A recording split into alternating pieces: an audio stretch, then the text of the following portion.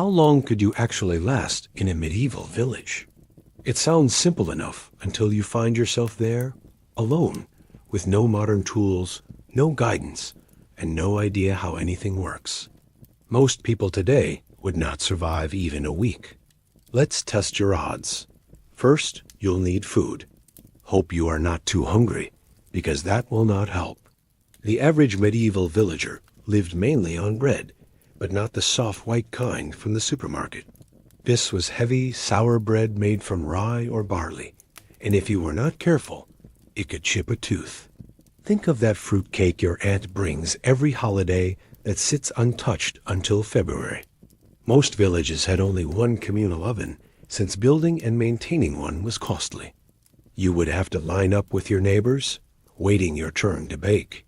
If the village baker disliked you, you might end up with the overcooked loaf. Meat was a rare treat, enjoyed mostly during holidays or feast days. Pork or salted fish might appear a few times each year, but most peasants went months without tasting it. For many people, eating meat 5 or 6 times a year was considered normal. The rest of the time, your diet would revolve around vegetables. Daily meals usually featured beans, onions, leeks, turnips, and cabbages. Fruit appeared only in season. Apples, berries, and whatever local produce grew nearby were available for a short window before vanishing until the following year. Some fruits were dried to preserve them, turning them into tough, chewy snacks. Instead of drinking water, most people relied on ale. Yes, even children drank it. This was not because medieval people loved alcohol, but because ale was safer. The brewing process killed off many of the harmful germs found in contaminated water. The ale they drank was weak, around 1 or 2% alcohol, but it still sounds strange imagining kids going to school with a pint instead of a juice box. Speaking of eating habits, medieval Christians followed strict fasting rules. Over 100 days each year were classified as fast days, when meat and dairy were forbidden. It was like an early form of intermittent fasting, except people did it for salvation rather than fitness. Food shortages were common and deadly. One failed harvest could starve an entire community. During the worst crises, people ate bark, grass, or boiled leather just to stay alive. Records from the Great Famine between 1315 and 1317 reveal that nearly 10% of Europe's population died from hunger. Your ability to find food would decide your fate. Most peasants survived on about 1,500 to 2,000 calories per day, much less than what is recommended for someone doing hard labor now. Nearly all of those calories came from bread and ale, with small seasonal additions of vegetables. But getting food was only one part of surviving village life. You also had to face the daily struggle of staying warm. In a world without heating systems, insulation, or real chimneys, the cold months were brutal. Firewood was essential, and gathering enough was an exhausting year-round task. A family needed about 10 to 15 cords of wood for winter, which equals a stack roughly 4 feet tall, 4 feet wide, and 120 feet long. Collecting it required endless work.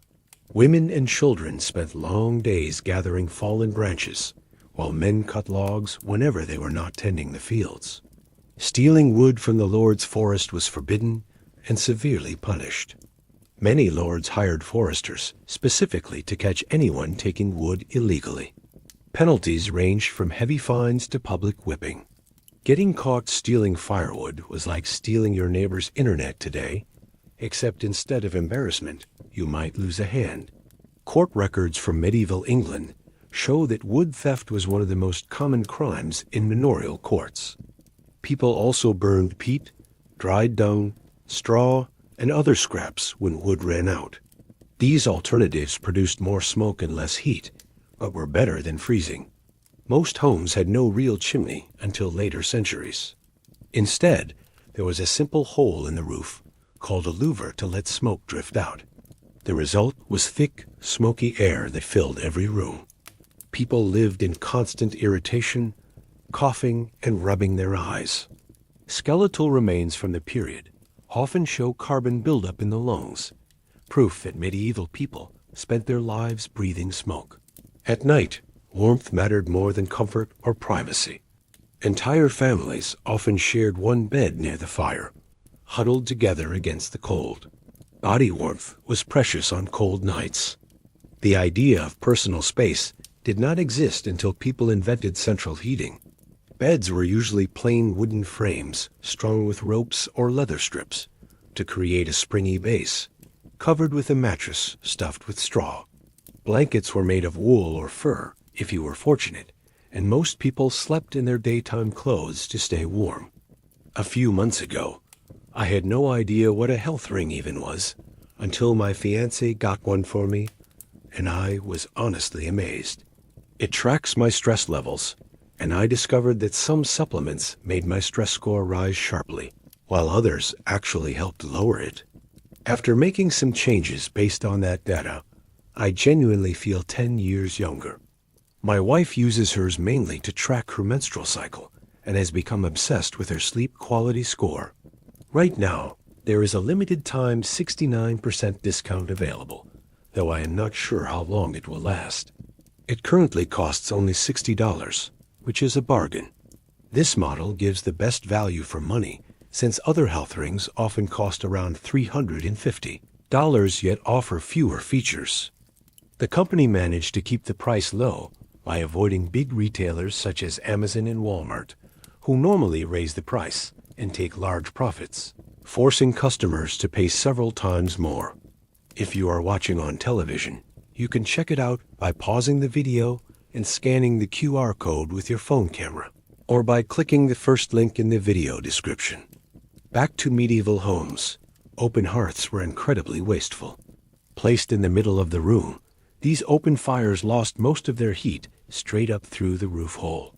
As a result, the area near the fire could feel unbearably hot, while corners of the same room stayed icy cold. The heat was so uneven that frost sometimes formed on the inner walls during especially frigid nights, even with a fire blazing. To make up for this, people relied on animal warmth. During winter, cows, pigs, goats, and chickens often shared living space with their owners. Their body heat added a few precious degrees to the room, while humans kept them safe from predators and thieves. The trade-off was the overpowering odor and constant mess of animals living inside. Archaeologists have found that many medieval houses had slightly lowered floors on one side, designed to collect animal waste and keep it separate from the main living area. Clothing acted as a person's main defense against the cold. Most peasants owned only one or two sets of clothes, almost always made from wool. In winter, they wore every layer they had, and sometimes did not remove them for months. The idea of wearing special night clothes simply did not exist. People slept fully dressed.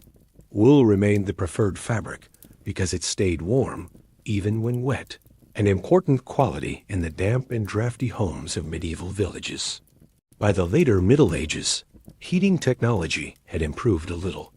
Some homes introduced central hearths with clay coverings that guided smoke more efficiently toward the roof hole.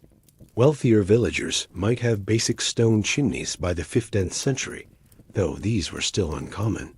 True heating progress would not arrive until much later with the invention of the cast iron stove. Winter life revolved around conserving heat. Families gathered in the one warm room to do indoor chores like mending tools, spinning yarn, or weaving cloth. Tasks that required precision or steady fingers were postponed until spring. When nights grew long and freezing, families went to bed soon after sunset, partly to save expensive candles, but mainly to share body heat and survive the coldest hours. Deaths from cold were frequent, especially among infants and the elderly. Records show that winter mortality in medieval Europe rose by about 25 to 30% each year. Hypothermia, hunger, and illness claimed countless victims. If you are used to adjusting a thermostat when you feel chilly, you would find medieval winters brutal. Your survival through the cold season depended entirely on your preparations during the warmer months and your tolerance for hardship. Even if you managed to stay fed and warm, you still needed a place to rest your head at the end of the day. Home sweet home in the medieval world? Not quite. The average peasant dwelling measured roughly 400 to 600 square feet, about the same size as a modern two-car garage. Now picture cramming your entire family, plus a few animals, into that space. Most peasants lived in simple one-room cottages built using wattle and daub, a technique involving woven branches covered with a mixture of clay, sand, straw, and animal dung. Imagine constructing your home from muddy plaster and calling it craftsmanship. The roof above your head would usually be thatched, made from dried straw, reeds, or heather, layered thickly to keep rain out. A well-built thatch roof could last up to 20 years, but it demanded constant upkeep. It also became a haven for rodents, birds, and insects that often dropped into your living area at night. Not exactly ideal housemates. The floor was nothing more than packed earth, perhaps topped with rushes or straw that were replaced infrequently, if at all. Over time, these layers collected bits of food, dirt, waste, and debris from above, forming a compost-like surface that could grow several inches deep. Historians have unearthed floors nearly 8 inches thick in some medieval homes. Windows were rare luxuries. When present, they were small openings covered by shutters or sheets of oiled parchment. Glass was far too expensive for commoners. Even during daylight hours, the interior stayed dim, with light coming only through the doorway or smoke hole. Privacy was non-existent in these cramped one-room houses. Parents, children, grandparents, and sometimes other relatives all shared the same living space. Archaeological records suggest the average household included 6 to 8 people under one roof. Animals shared the space as well. Keeping livestock indoors prevented theft, offered warmth during winter, and made feeding easier. The original concept of farm-to-table dining meant the farm literally lived beside the table. Waste disposal left much to be desired. Chamber pots were used for human waste, emptied outside near living areas, sometimes close to where people drew water. Some communities dug shared trenches for disposal, but many homes simply let waste pile up nearby. The constant smoke inside the house was another major problem. Fires used for cooking and heating had no chimney to vent through, so smoke filled the air before drifting out through the roof. Living in thick smoke caused chronic coughing and irritated eyes. Crowded rooms, smoky air, and poor sanitation combined to make living conditions difficult and unhealthy. Forget daily showers, deodorant, or minty breath. Medieval hygiene would horrify even the most relaxed modern person. If skipping one shower makes you feel unclean, imagine a world where people bathed only once or twice a year. Most peasants took full baths only before religious holidays like Easter or Christmas. If time travel were real, you would need plenty of nose plugs. Bathing required effort. Water had to be fetched from a nearby stream or well, then heated over a fire, a process that took hours. Entire families shared the same tub, starting with the father, then the mother, and finally the children.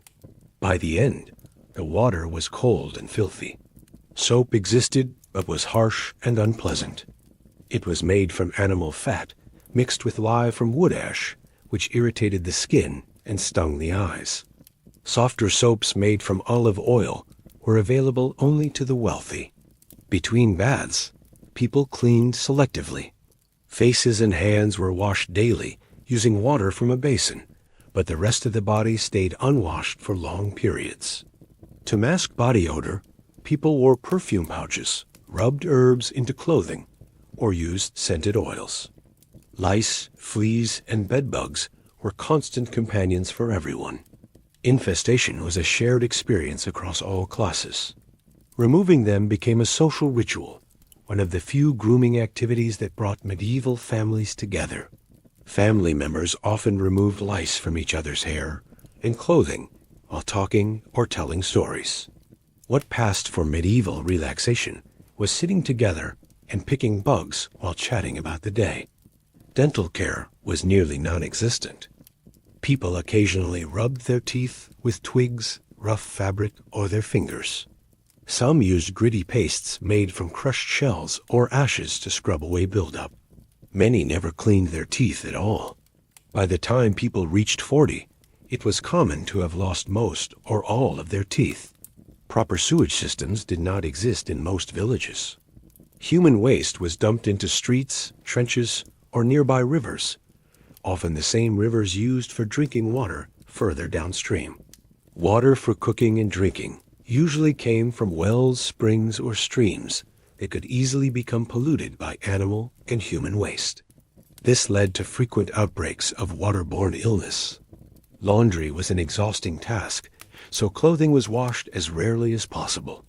Most peasants owned only 1 or 2 sets of clothes that were worn continuously until they literally fell apart. Cleaning them too often weakened the fabric, so people avoided washing unless absolutely necessary. With such poor hygiene, the human body became a thriving environment for germs and parasites. Even a small cut could turn dangerous in a matter of days, which leads to another major issue that shaped survival: medicine. If you think modern healthcare is stressful, the medical practices of the Middle Ages would make you grateful for waiting rooms and hospital forms.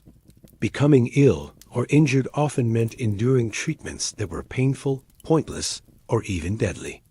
Today's doctors may keep you waiting, but at least they will not try to cure a fever by draining half your blood.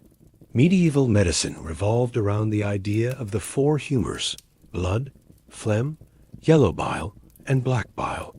Good health was believed to depend on keeping these fluids in balance. When one humor was thought to dominate, doctors sought to restore equilibrium through various methods. Bloodletting became the most common remedy for nearly every sickness, from headaches to infections. A physician or barber surgeon would slice open a vein and let blood flow into a bowl, sometimes removing up to 80 ounces, almost half the blood in an adult body. Leeches were another popular choice. These small worms were placed on the skin, where they latched on and sucked blood until swollen. It was a literal cure that drained both your body and your patients. Wound treatment depended on what was at hand rather than what worked. People used wine, honey, vinegar, and even spider webs on open cuts. Deep wounds were burned with hot irons to seal them, a method that caused unbearable pain and severe scars. Surgery was performed without any form of anesthesia or sterilization. Patients were held down by assistants or given alcohol to dull the pain.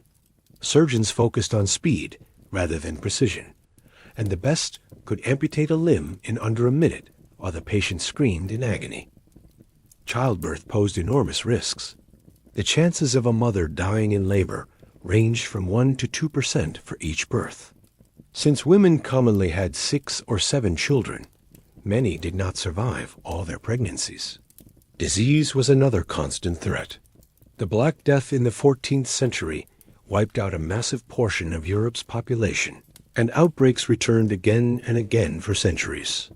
Even simple ailments like throat infections, tooth abscesses, or minor wounds often proved fatal without antibiotics. A small injury from farm work could become infected and lead to death within a few days. Average life expectancy hovered between 30 and 35 years, though that figure is misleading because so many children died young. Those who survived into adulthood could often reach their 50s or 60s, still far below modern standards. Even the healthiest person could not survive alone.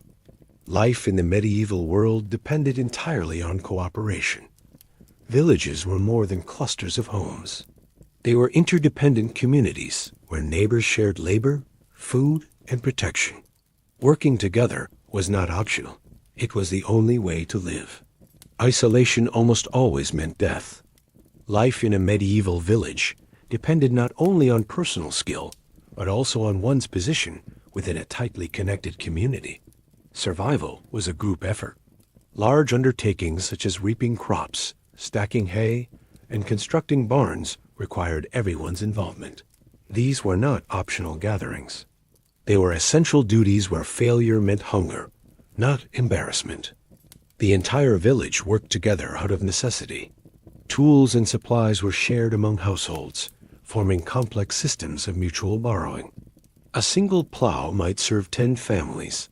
Bread was baked in a shared oven, and one breeding bowl often served all the cows.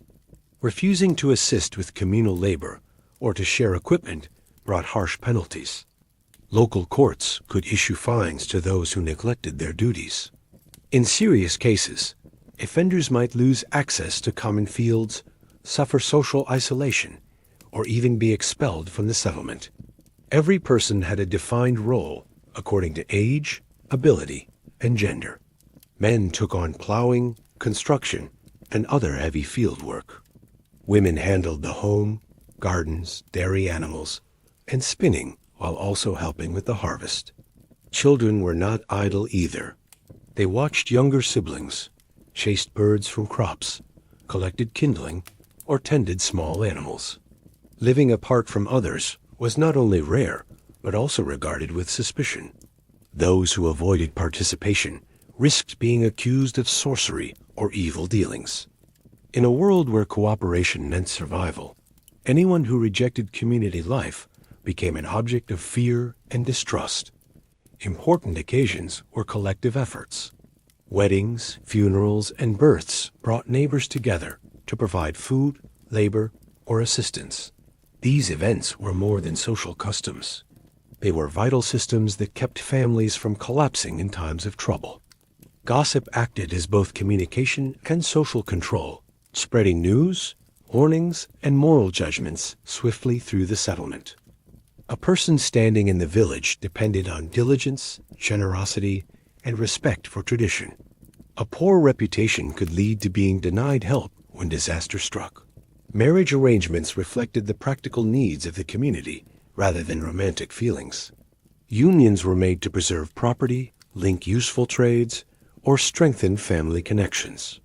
Love, while appreciated, was secondary to survival. Success in medieval village life required full integration into this web of interdependence. Modern ideas of individualism would not only seem strange, but could even threaten the unity on which everyone relied. Hardship and danger were constant companions. Protection was a matter of cooperation rather than equipment. There were no police to summon and no locks to depend on. Most settlements had no walls or defenses at all. Archaeological studies reveal that fewer than 1 in 10 had any deliberate fortification. It was like leaving one's door open while announcing daily routines to strangers. Bands of robbers, runaway soldiers, or desperate wanderers posed continual threats, especially to remote hamlets or during wartime. Historical records describe entire communities losing livestock, grain stores, and valuables overnight. Common people rarely owned proper weapons, as laws and poverty alike restricted access to arms. Ultimately, survival depended on collective vigilance and trust within the group. Safety came not from barriers, but from shared responsibility and cooperation. In most medieval realms, ordinary peasants were forbidden to own swords, bows, or armor. Such equipment was reserved for nobles and trained warriors. For defense, common people relied on their everyday tools, using pitchforks, axes, sickles, and wooden staffs when danger approached. The feudal agreement in theory required lords to safeguard their peasants in return for labor and taxes. In reality, the level of protection depended greatly on each lord's personality, wealth, and distance from the villages. Some landowners kept small groups of armed guards ready to respond to attacks, while others lived far away and provided little actual security. Many villages created systems to detect danger early.